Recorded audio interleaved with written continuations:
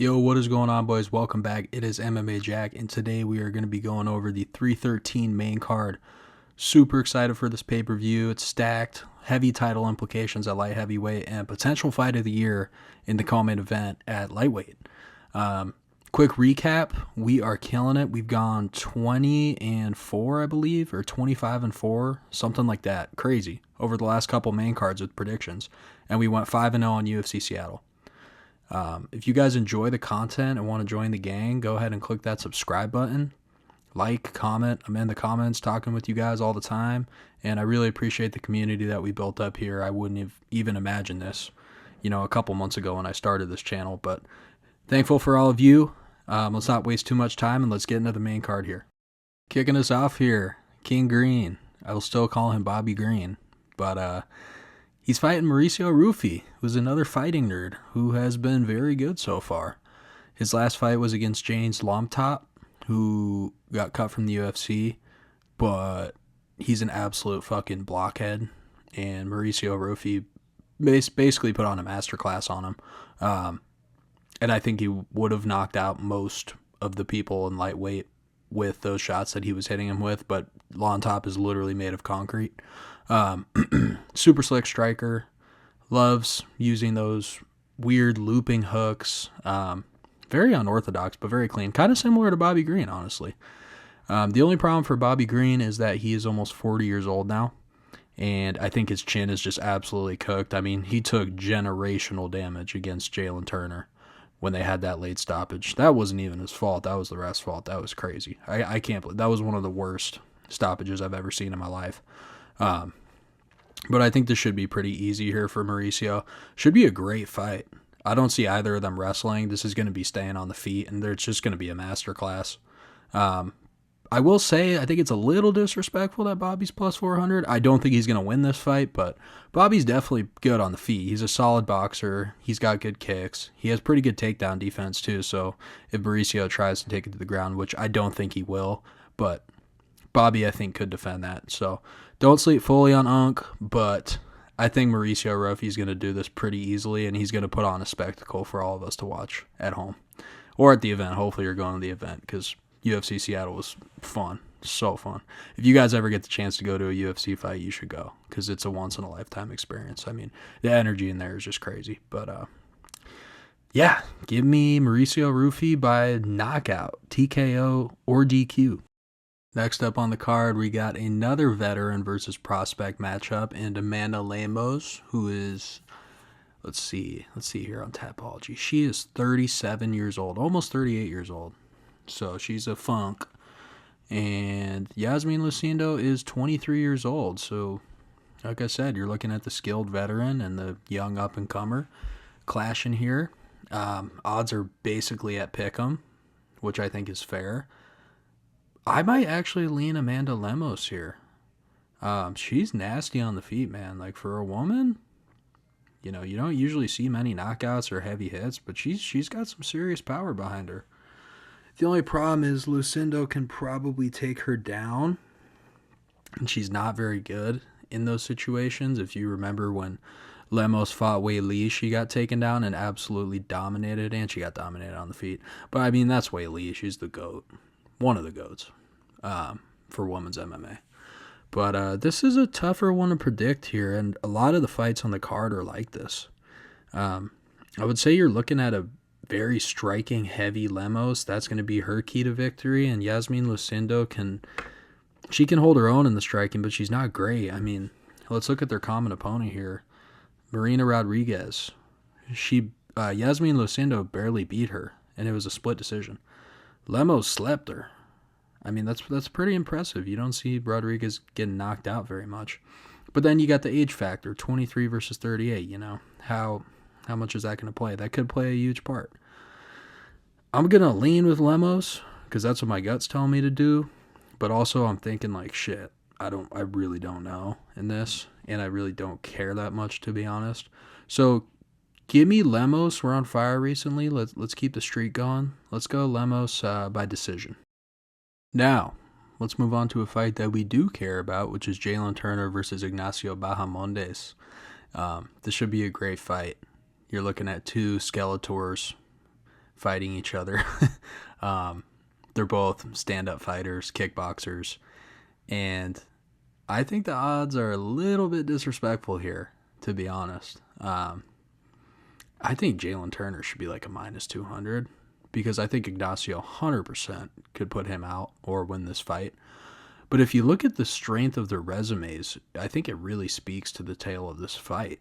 Now, Jalin Turner is 2-3 in his last 5, which at first sounds bad. But if you break it down, Moicano, he legit knocked him out. But he was scared to finish him because of what happened with Bobby Green. And then, he did fumble the bag in the second round. Shout out Moicano. He came back. That was sick. Killed Bobby Green.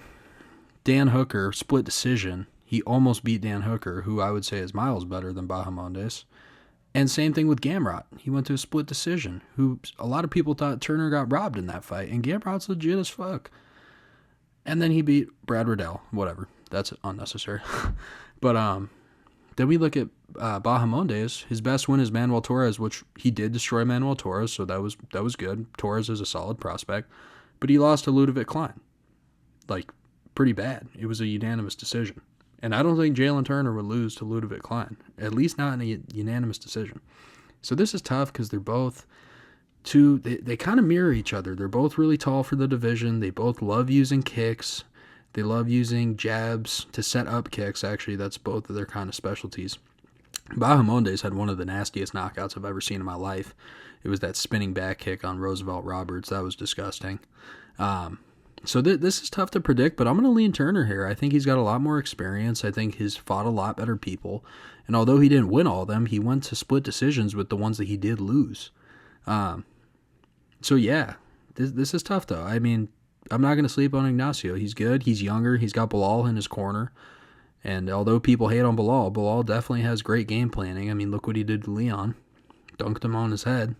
So, give me Jalin Turner here by knockout or decision, but don't be surprised if Ignacio wins. This is a tough card to predict, fellas, and women if you're watching. But I don't know. All these fights are so close. But I think Turner should have a little bit of an edge here. So give me Jalin Turner. Now this fight is guaranteed violence. We got Justin Gaethje, Rafael Fiziev, rematch. They fought... Oh, fuck. What card was it? Doesn't matter. They fought about 2 years ago, maybe 3. 2 or 3 years ago. I don't know. But it was a great fight. Fiziev came out really hot in the first round. Took the round. And then Gaethje came back in rounds 2 and 3 and ended up winning by decision. And honestly, I see this playing out very similar to the first fight. A lot of people are jumping on Rafael to win this. But I don't know. I feel like Gaethje's got a couple more in him, man. The old man's got a couple more in him. He's not that old. He's turning 37. He's 36 right now. But Gaethje, whenever he takes a loss, he always bounces back. And he's had a full training camp for this. Rafael is stepping up on 2 weeks' notice. But, I mean, he's been off for a while, too. But that could be bad because he could have ring rust. Coming off a, terrible leg injury. But I don't know then, because then you look at it and it's like, shit, Gaethje got just masterclass against Holloway. That knockout, I mean, I don't know if you guys saw the footage the UFC released, but it was bad, man. I didn't realize how bad it was until I saw that footage of Gaethje there, just... Holloway fucked him up. It was bad. But, I don't know. I think he's got one more in him, maybe 2. And I think he can pull it off here. I think it's going to be very similar to the first fight. I don't see a finish here. I see this one going to decision again, which actually in the first fight I predicted that. I remember it was plus 650 on DraftKings. My buddy cashed it in and I didn't. I was like, fuck. But, yeah, total side note. I don't know. I'm rambling. Let's go with Gaethje here. I think he'll keep the pressure up. I think Fiziev will come out real hot in round 1, probably win it. We'll be like, shit, this is the downfall of Gaethje. And then I think, vintage Gaethje, come out swinging, show the cardio. He has better cardio than Fiziev, even though he takes massive dabs all the time. And I think he'll push through rounds 2 and 3. I mean, he was training for 5 rounds against Dan Hooker, so he's got to be ready to go 3 rounds. And I think that that knockout will light a fire under his ass and he'll want to get this back. So give me Justin Gaethje by decision. Big Ank, It's your time to die. Alex Pereira is getting this one done. And I know a lot of people have been going with Ankalaev, and I'm not going to hate on the pick, but if he stays true to his word and he says that he will stand with Alex Pereira, he is going to sleep. We've seen this countless times. We've seen Khalil. We've seen Yuri. We've seen Yuri twice. We've seen Jamal. You cannot stand with Alex Pereira. He is so good. That left hook will put anyone to sleep. Now, if Big ANK doesn't stick to his word, which there's decent chance of that, but you know what? Honestly, a lot of people say that ANK is this big grappler, and he's really not. He mostly stands and bangs. I mean, besides the Blachowicz fight when he just destroyed his legs, which, another side note, Pereira can do the same thing, but even worse. He's got some of the nastiest leg kicks in the UFC. Debilitating calf kicks. Like Joe Rogan's max level glaze is Alex Pereira calf kicks. ANK might wrestle, though, if he takes those legs out, which then it's a different story. But I think if Alex can survive Blachowicz's wrestling, I think he can survive Ankalaev's, and I think he can do enough damage on the feet to kind of hinder Magomed's wrestling, especially with those leg kicks, because that'll slow down your movement a lot. And we know ANK is susceptible to leg kicks. So if my pick wasn't already clear, I'm going to go with Alex Pereira here. And I think it's going to be by knockout. I don't see it going to a decision. I mean, if it goes to a decision, then we might have to worry that Big ANK is going to win, because he might be able to just, hug Pereira's balls for 5 rounds. But I don't think he will. He has 0 submissions ever, and he's not like a devastating wrestler. He's a very good striker, but Pereira's the best striker probably in the UFC right now, and I think Alex can do enough to defend the grappling. Plus, Magomed's fighting during Ramadan, which is like unheard of, because honestly, respect to him. Ramadan, you can't eat during the day or drink water. So it's like you're going to be training and doing all of that while, you're training for a title fight and cutting weight during the time where you can't eat or drink water during the day. Like, imagine training without drinking water. That's horrible. I think that gives Alex another advantage. The UFC wants Alex to win, and usually if the UFC wants you to win, you're going to win, because they're going to give you the most optimal matchup that you can have, timing-wise, or anything, crowd. It's going to be super anti-Ankalaev crowd. I think everything here favors Alex. So, give me Alex Pereira by KO TKO.